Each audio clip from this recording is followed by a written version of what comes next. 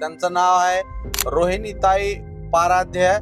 नवऱ्याचा छळ करणारी आहे, कुणी सासू सासऱ्यांचा छळ करणारी आहे, कुणी न आणणारी आहे. पण मित्रांनो, हॉटेल लाईन जेवढी तुम्हाला बाहेरून सोपी वाटते मित्रांनो, आज म्हणजे 2-3 दिवसापूर्वी एक वाईट घटना घडली होती, जे की हॉटेल ग्रामपंचायतच्या जे मालकीनबाई आहेत, त्यांचं नाव आहे रोहिणीताई पाराध्य.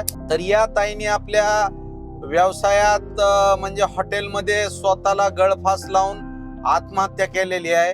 खरंच खूप हृदय पिळून टाकणारी घटना आहे. आता तुम्ही लोक म्हणताल किंवा जनरली एखाद्या व्यक्तीनं आत्महत्या केली तर एवढं काय, पण मित्रांनो, त्या रोहिणीताईचं मी व्हिडिओ बघितलेले आहेत आणि त्या हॉटेल लाईन मध्ये म्हणजे त्यांचं स्वतःचं हॉटेल आहे आणि तुम्हाला तर माहिती आहे तुमचा बकासूर वेगवेगळ्या हॉटेलवाल्यांशी ना हॉटेल लाईनशी निगडीत आहे. ज्या वेळेस रोहिणीताईची घटना कानावर आली त्यावेळेस खरंच खूप वाईट वाटलं. कारण का माहिती आहे का, एक धडपड करणारी तरुणी, जी की म्हणजे आता तुम्ही बघा, स्त्रियांचे वेगवेगळे प्रकार आहेत. कोणी नवऱ्याचा छळ करणारी आहे, कोणी सासू सासऱ्यांचा छळ करणारी आहे, कोणी न आणणारी आहे, कोणी शेजाऱ्यासोबत भांडणं करणारी आहे, कोणी म्हणजे घरामध्ये कोणी नोकरी करणारी आहे, कोणी शाळा शिकणारी आहे, किंवा असे वेगवेगळे प्रकार आहेत. पण मित्रांनो, हॉटेल लाईन जेवढी तुम्हाला बाहेरून सोपी वाटते तेवढी सोपी नाही, खूप अवघड लाईन आहे. कारण का, जरी हॉटेल तुम्हाला 12ला जरी उघडं दिसत असेल तर त्याच्या पाठीमागचं युद्ध हे सकाळी म्हणजे पहाटेपासून चालू होते, सकाळी 5-6 वाजल्यापासून चालू होत आहे. जर हॉटेलला, आणि त्या ताईचं एक महत्व होतं की ताई स्वतः भाकरी करायच्या, भांडे घासायच्या कधी कधी. म्हणजे मित्रांनो, घरचं बघणे, नवऱ्याचे सर्व कामं करणे, त्याच्यानंतर हॉटेलचे सर्व कामं करणे, आणि तरी सुद्धा त्या नवरा बायकोची जी बॉन्डिंग होती खूप छान होती. आणि दोघांचं व्हिडिओ पण एवढे आनंददायक होते की बघितल्यावर वाटायचं की म्हणजे नवऱ्याला बायकोची साथ आणि बायकोला नवऱ्याची साथ असेल तर माणूस चांगली अडचण सॉल्व्ह करू शकतंय. पण नेमका ताईला अशी नेमकी अडचण कोणती आली की जेणेकरून त्यांना स्वतःचं जीवनयात्रा संपवावी लागली आणि आत्महत्या करावी लागली? तर मित्रांनो, त्यांचं हॉटेल ग्रामपंचायत हे त्यांनी नावारूपाला आणलं होतं. तर मित्रांनो, जो व्यक्ती आपल्या सोबत आहे किंवा आपलं ज्या व्यक्तीवर प्रेम आहे किंवा त्या व्यक्तीचं आपल्यावर प्रेम आहे, त्या व्यक्तीला समजून घेण्याची तुम्ही म्हणजे समजून घेण्याचा प्रयत्न करा. कारण कसं असतं माहिती आहे का मित्रांनो, घडघड बोलणारा जो माणूस असतो, म्हणजे मनात काय न ठेवणारा, म्हणजे काही लोक काय असं असतात, व्यक्त होत नाहीत पण ते कृत्य करून जातात. तसं मला ह्या रोहिणीताईचं वाटायलंय. जरी त्या रील काढताना सुखात दिसत असल्या किंवा सर्वांसोबत आनंदी वागत असल्या, किंवा आपल्याला रीलमध्ये त्या दोघांची जोडी खूप छान वाटत होती, बोलत होत्या, सर्व काही एकदम नॉर्मल नॅचरली एकदम सुंदर होतं, आनंददायी. पण तुम्ही त्या ताईच्या रील्स बघा, जरी त्या हसत जरी असत्याल तर त्यांच्या पाठीमागं काहीतरी, त्यांच्या मनामध्ये त्या चेहऱ्याच्या पाठीमागं दुःख, म्हणजे असं प्रगल्भ दुःख असं आपल्याला दिसत आहे आपल्याला. कारण कसं माहितीये का, ज्यावेळेस ही घटना घडली, खरंच खूप वाईट घटना आहे, पण त्यावेळेस मी त्यांच्या चॅनलवरले सगळे जवळपास 30-40 व्हिडिओ मी स्क्रोल करून बघितले. त्यावेळेस तुम्ही आता जरी तुम्ही बघत असाल तर हॉटेल ग्रामपंचायतची आयडी वगैरे काढून बघा तुम्ही, किंवा रोहिणी पाराध्याय म्हणून, तर त्या ताईचे व्हिडिओ वगैरे असतात. ताई जरी हसत असल्या, म्हणजे हसमुख स्वभाव तर आहेत त्यांचा, पण तरी सुद्धा तुम्हाला त्याच्या पाठीमागचं सखोल दुःख तुम्हाला जाणवल 100%. कारण कसं आहे मित्रांनो, जेव्हा माणूस स्वतःचा जीव देतो त्यावेळेस तो साध्या किंवा हलक्या स्वरूपाचा त्याच्या मनामध्ये धक्का बसलेला नसतो किंवा त्याला दुःख झालेलं नसतं. ज्या ठिकाणी ताई रोज भाकरी करायच्या, ज्या ठिकाणी लोकांना ते खाऊ घालायच्या आवडीनं, त्याच ठिकाणी त्यांनी त्यांची जीवनयात्रा संपवलेली आहे. तर मला आजच्या व्हिडिओच्या माध्यमातून हेच सांगायचंय की लोकांना जरी रील स्टार वरून काही दिसत असतील, पण प्रत्येकाच्या जीवनामध्ये सुख आहे, दुःख आहे, वेगवेगळ्या प्रकारच्या गोष्टी आहेत. सर्वांना एकच सांगणं आहे, तुमची जात असेल, तुमचा धर्म असेल, तुमचा पैसा असेल, तुमचा प्रोफेशन असेल किंवा तुमचं एखादं काम असेल, ह्या गोष्टी सगळ्या जगण्यासाठी नाहीत. ह्या गोष्टी तुम्हाला तुमच्या गरजा पूर्ण करण्यासाठी आहेत. तर तुम्हाला एकच माझं सांगणं की प्रत्येकाला मित्र असावे आणि कसे असावे, कामापुरते नसावे. खरं सांगतो, कारण आजकाल मित्राची व्याख्या बदलून गेलेली आहे. कारण जाती जातीतलेच मित्र असावे, आजकालच्या काळामध्ये धर्मातले मित्र असावे तर हिंदूला हिंदूचेच मित्र असावे, मुस्लिम असावे तर मुस्लिमचेच मित्र असावे, म्हणजे ज्या ठिकाणी वर्क प्लेस आहे तुमचं तिथले तुमचे वेगळे मित्र असावे. म्हणजे असे गट पडत गेलेत मित्रांनो. असं एकदम अंतकरणातून जे आपले जुने मित्र होते, आता जे एक 20-25 वर्षाखालचा तुम्ही काळ बघा, ना कोणत्या मित्राला जात होती, ना कोणत्या मित्राचा धर्म होता, ना कोणत्या मित्राचं काम होतं. जर समजा एखाद्या मित्राच्या ग्रुपमध्ये 2 ग्रामसेवक, 2 पोलीस आणि 2 मास्तर असतील, तर तुम्ही बघा, ज्याचं पोलीस आहे त्याच्याच दुसरा मित्र पोलीस आहे त्याच्यासोबतच जास्त चालणार, ग्रामसेवकवाल्यासोबत, मास्तर सोबत. म्हणजे हे मित्र असे गटामध्ये वाटत गेल्यामुळं काय झाले माहितीये का, लोक आपल्या मनातलं जे दुःख आहे, मनातला जो त्रास आहे, तो कुणाला सांगावा. आणि कसं आहे मित्रांनो, आजकाल एवढं विचित्र घटना झालेल्या आहेत. कारण जर आपण एखाद्याला आपल्या मनाची गोष्ट सांगू किंवा मनाचं दुःख सांगू किंवा आपला ऍक्च्युअल त्रास काय आहे आपल्या जीवनामध्ये, हे जर एखाद्याला जर मित्र म्हणून जर सांगायचा प्रयत्न केला, तर तोच माणूस त्या माहितीच्या अधिकारी आपल्याला म्हणजे आपल्याला कोणत्या तरी अडचणीत गाठण्याचा प्रयत्न करीन किंवा आपल्या भावनेचा अनादर करून त्याचा हसी मजाक उडविण्याचा प्रयत्न करीन. ह्या अशा काही गोष्टी घडत आहेत मित्रांनो. तरी बी मी एक तुम्हाला सांगतो, तुम्ही बघा, मी बोलताना मी कित्येक वेळेस मित्रांनो म्हणालोय. खरंच काळाला आणि जीवनाला मैत्रीची गरज आहे. फक्त समजून घ्या. नाहीतर तामिळनाडू का कर्नाटक मधले ते RC ग्रुप मेंबरचे मालक आहेत बघा, त्यांनी रिव्हॉल्वरनं गोळी झाडून आत्महत्या केली. अब्जो रुपयाची प्रॉपर्टी. मला सांगा, रोल्स रॉयस त्यांच्याकडे 5, 7, 8, 10 रोल्स रॉयस होत्या, हेलिकॉप्टर होतं त्यांना फिरायला. एवढ्या मोठ्या लेवलचा व्यक्ती एकटा पडतोय मित्रांनो, एकटा. त्यावेळेस तुमच्या मेंदूला, तुमच्या मनाला आधार देणारी व्यक्ती पाहिजे. त्या माणसाकडे काय माणसं नव्हते का? अहो, त्या माणसाकडे तर शेकडो हजारो माणसं होते, पण आपुलकीने, मायेने आणि मित्र भावनेने जवळ आलेले किती होते? 0.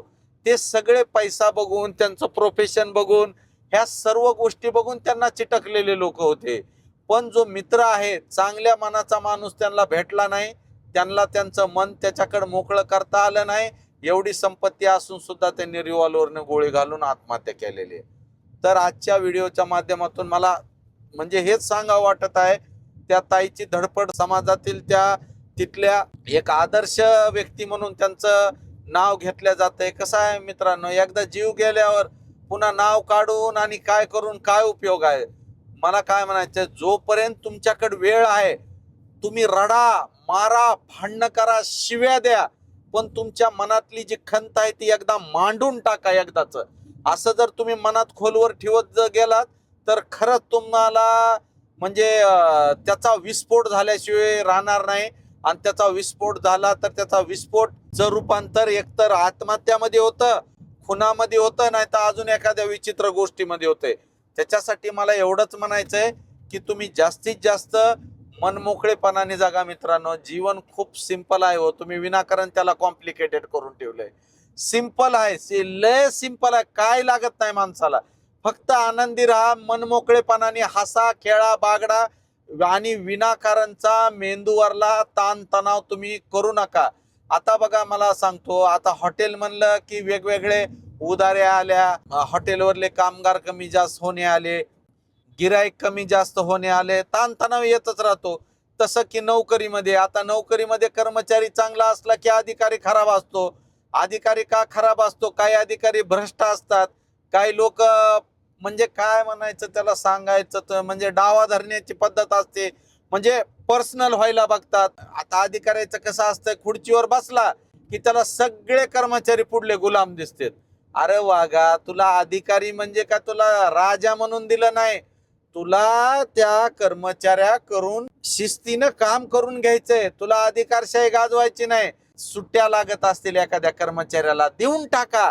काय तुम्ही असा तीर मारणार ना? मला सांगा, ज्या वेळेस एखाद्या अधिकाऱ्याला जर एखाद्या महिन्याची सुट्टी पाहिजे असेल, 15 दिवसाची सुट्टी पाहिजे असेल किंवा एखादी कॅज्युअल लीव्ह पाहिजे असेल, तर तो अधिकारी त्याच्या वरच्या सिनियरला विचारतो, तर तो अधिकारी त्याला बी वाटणार की ह्याला द्यायची नाही सुट्टी. म्हणजे हे जी सगळ्याचा जी खेळ आहे, एकमेकाला कमी दर्जानं वापर करणे आणि त्याच्यावर हुकुमशाही गाजवणे, याच्यामुळं काय होतंय, माणसं कुठंतरी तुटतात. त्याला वाटतंय की कर्मचारी असेल, कामगार असेल, त्याला वाटतंय चला आपण एवढा आपला बेस्ट द्यायला आणि हा अधिकारी कुठला कोण आपल्याला का त्रास देत असेल असं वाटतंय. तर मित्रांनो, एक लक्षात ठेवा, जसं त्या कर्मचाऱ्याला लेकरं आहेत, बाळ आहेत, तसं त्या अधिकाऱ्याला बी लेकरं आहेत, बाळ आहेत. एखादा कर्मचारी जर सायको निघाला, तुमच्या मागं लागला, तर कोण्या भावात पडेल ते? तर मला एवढंच म्हणायचंय, काम होत राहतात, विनाकारण कोणाला मानसिक त्रास देऊ नका. सगळ्यात महत्वाचं त्याचं. आता हे तर ताई स्वतःचं हॉटेल होतं, पण कसं असतं मित्रांनो, लांबून डोंगर साजरा जसा असतंय तसंच काम आहे. लोकांना लांबून छान वाटतंय, पण त्यांच्या मनामधले दुःख आणि त्यांच्या रोजच्या येणाऱ्या अडचणी यांना तोंड देता देता त्यांचा नाकी नऊ आलेला असतंय. ह्या त्यांनाच माहिती असतंय. रोज माणूस त्याच्याशी झगडायलेला असते त्या गोष्टीला. तर मला आजच्या व्हिडिओच्या माध्यमातून एवढंच म्हणायचंय, रोहिणीताईच्या आत्म्याला शांती लाभो हीच ईश्वरचरणी प्रार्थना. आणि मित्रांनो, तुम्ही सुद्धा हो का, जीवन अमूल्य आहे. दुसरं जीवन भेटल का, पुनर्जन्म होईल का नाही, कुणी बघितलंय? काहीच नाही. जोपर्यंत तुम्ही जिवंत आहे तोपर्यंत आनंद घ्या, कुणाला त्रास देऊ नका, जगा आणि जगू द्या. कारण का माहितीये का, दुनिया खूप सिंपल आणि एकदाच यायचंय हो. पुन्हा आता मला सांगा, कित्येक लोक जन्मून मेलेले आहेत, कुणाचं काय उरलं का? नाही. त्याच्यासाठी जेवढा वेळ तुम्हाला या पृथ्वीवर, या जगावर भेटलेला आहे, मित्रामध्ये घालवा, परिवारामध्ये घालवा आणि एन्जॉय करा. काय नसतंय ऊच नीच, मोठा लहान, काहीच नसतंय. जेव्हा तुमच्या मनातला इगो तुम्ही मारून टाकताल, त्यावेळेस तुम्ही सुखी झालात समजा. हा, एवढं लक्षात ठेवा मित्रांनो. कारण समानता हीच सुखाची किल्ली आहे बघा, लक्षात ठेवा. आणि द्वेष जर करीत बसलात तर तुम्ही गेलात. द्वेष, मत्सर, लोभ आणि तिरस्कार तुमचा बाजारच उडाला. त्याच्यासाठी निस्वार्थपणे जीवन जगा. जीवनात काहीच लागत नाही. अहो, मला काय म्हणायचंय, आता काही भ्रष्ट अधिकारी असतात, अहो त्यांना 2-2 लाख पगार जर पुरत नाही म्हणल्यावर 10,000वर काम करणाऱ्या लोकांना काय करावं मग? अधिकार आले, त्याच्या हातात काय बजेट आहे म्हणून त्यांनी कसा बी वापर करायचा का? सांगा ना मला. मला एकच म्हणायचंय, जीवन जगायला थोडं लागतंय. आता मला सांगा, एखाद्या कर्मचाऱ्याला 10,000 पगार आहे आणि एखाद्या अधिकाऱ्याला 2 लाख रुपये पगार आहे. गोड तेलाचा भाव त्या 10,000 वाल्याला बी तेवढाच आहे का नाही? आणि 2 लाख वाल्याला बी तेवढाच आहे का नाही? मग इथं कुठं समानता आहे? नाही. पण तरी सुद्धा जर तो भ्रष्टाचार करीत असल, तर मग विचार करा, गरीब कोण आणि श्रीमंत कोण आहे. हे सगळा नीतिमत्तेचा भाव असतो मित्रांनो. त्याच्यासाठी जेवढं लागतंय तेवढंच घ्या. तुमच्या जर खिशात 100 रुपये असतील, 2 मित्र भेटले, अरे जा चहा नाश्ता करा, त्याच्या आईला 50-60 रुपये उडवा. पण विनाकारण एकमेकावर जळणे आणि एकमेकाची जिरविणे, ह्याच्यात काही राहिलं नाही मित्रांनो. एक दिवस असा येतं, आपणच जिरलेले असतो, आपल्यालाच कळत नाही किंवा आपल्यालाच मान्य करायची ताकद नसते की आपण जिरलाव म्हणून. तर माझं ह्या व्हिडिओच्या माध्यमातून एकच म्हणणं आहे, त्या ताईला भावपूर्ण श्रद्धांजली. आणि सर्व मुलींना, म्हणजे मुलींना इन द सेन्स सर्व स्त्रियांना आणि सर्व पुरुष मंडळींना एकच विनंती आहे, तुमच्या बायकोला समजून घ्या. आणि स्त्रियांना पण सांगतो, पुरुषांना पण समजून घ्या. असं नाही की स्त्रियाच आत्महत्या करतात, पुरुष सुद्धा बायांना कंटाळून आत्महत्या करतात. तुम्ही कोर्टामध्ये डिवोर्सचे 498च्या भरपूर केसेस बघत असताल. तर माझं एवढंच म्हणतं आहे, एकच लाईफ आहे, जिंदगी आहे, आनंद घ्या. विनाकारण ह्याची त्याची जिरविण्याच्या नादात तुमची कधी जिरल हे सांगता येत नाही. तर मित्रांनो, तुम्हाला जर आजचा व्हिडिओ जरा जास्तच बोललो, पण मनातलं जे दुःख आहे मी आताच सांगितलंय, मी बोलून दाखविणार आणि इथून पुढे मी तुमच्या समोर बार बार येणार. जे माझ्या मनात आहे ते मी सर्वांना सांगणार. कारण का, माझ्या मनात कधीच कुणाबद्दल काय नसतंय मित्रांनो. समोरच्याला वाटतंय त्याला मी काहीच करू शकत नाही, त्याच्यामुळे मी सुखी असतोय. लोक फुल टेन्शन मध्ये असते, ही का सुखी आहे? सुखी म्हणजे माझ्यात कुणाबद्दल वाईट भावनाच तयार होत नाही, त्याच्यामुळे मी दुःखी होतच नाही. हा, ह्या सगळ्या गोष्टी आता आमचा तुम्हाला माहिती आहे कॅमेरा संगम धरतय, संगमला सगळ्या गोष्टी माहिती आहेत, कारण ते जवळपास उदगीर सोडल्या आणि उदगीर बी म्हणलं तर ते माझ्या सोबतच असतंय. तर कसं असतं मित्रांनो, माणसाने कुत्र्याला जरी जीव लावला तर ते कुत्र्याचं पिल्लू असेल किंवा कुत्रा असेल मालकाला विसरत नाही. पण आपण तर सर्व माणसं आहेत, आपण एकमेकांना जीव लावा, एकमेकाबद्दल प्रेम व्यक्त करा. खरंच जीवन खूप सुंदर आहे. भाया सारून एखादं काम करण्यापेक्षा हात जोडून काम लवकर होत आहे. मित्रांनो ट्राय करा कधीतरी. हा, धन्यवाद. व्हिडिओ आवडला असेल तर लाईक करा, शेअर करा आणि मित्रांनो जास्तीत जास्त खुश राहण्याचा प्रयत्न करा. म्हणूनच मी कॉमेडीचं चॅनल काढलेलं आहे. बघा आणि खुश राहा. त्याच्यात बी काही महाभाग असे असतात, साले त्या कॉमेडीवर बी काहीतरी फाटे फोडून त्याच्यावर मला तत्वज्ञान द्यायलेले असते. तत्वज्ञान तुला तर का नाही वल्या फोकानं मारीन कडू, समोर ये तुला दाखवितो. ज्याला वाईट कमेंट करायची ना, खरंच त्याच्या बुडामध्ये जर दम असेल ना, त्यानं त्याचा मोबाईल नंबर कमेंट मध्ये टाकावा. त्याला फोन करून त्याच्या 7 पिढ्या परेशान होतील, त्याला एवढं मी एक्सप्लेनेशन देईन. अरे आनंद घे, कॉमेडीचा व्हिडिओ आहे, कॉमेडी चॅनल आहे. तुझ्या तत्वज्ञानाला, तुझ्या मेंदूला उजाळा देण्यासाठी चॅनल नाही. माझे लोक, माझे सबस्क्रायबर, माझे फॉलोअर सुखी होण्यासाठी आहे ते. हा, कुणा तुझं काय, तुझी हुशारी तुझ्या घरी ठेव. अरे तू बी आनंदी घे, तू सगळ्यात बिमार तू आहेस, तुला खरी कॉमेडीची गरज आहे. हा, तर असो, हसण्यावारी घ्या मित्रांनो, मजा करा, एन्जॉय करा. तर तुमच्या बकासूरला असंच प्रेम देत राहा आणि तुम्ही माझ्या चॅनलला 0 पासून इथपर्यंत आणला, त्याबद्दल तुमचे खूप खूप आभार. आणि प्रवासात सीट बेल्टचा वापर करा, हेल्मेटचा वापर करा आणि नियमाचं पालन करा. कायदे में रहोगे तो फायदे में रहोगे. धन्यवाद.